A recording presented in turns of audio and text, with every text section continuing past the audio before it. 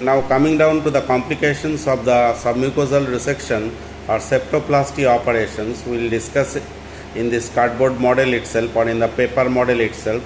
Suppose the blood collects in between the two mucoperigondial flap like this, it will form a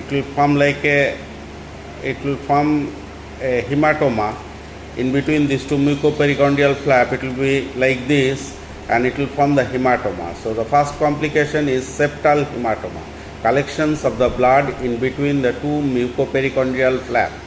And if this septal hematoma gets infected, it will form the septal abscess, and if it gets perforated, that there is no connection here, it will form a permanent septal perforation.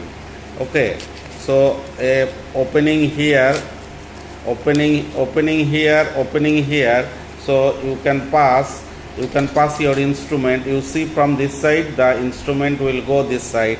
So this is a septal perforation.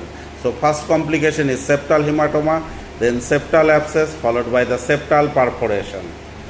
Also, when there is a loss of so much of the septum, there will be depressions of this part. So this is known as the suppurative deformity or saddle deformity of the nose.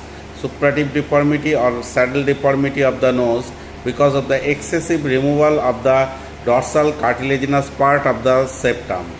Also there will be the infections, septicemia, septic shock, so many complications can be there, but the most common complications of the submucosal resections are the septal hematoma, septal abscess, septal perforations, and the structural deformity, that is the depressions of the bridge of the nose.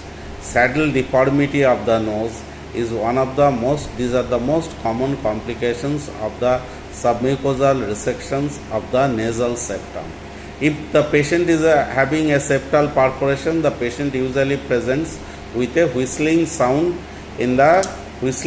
coming with each respiration.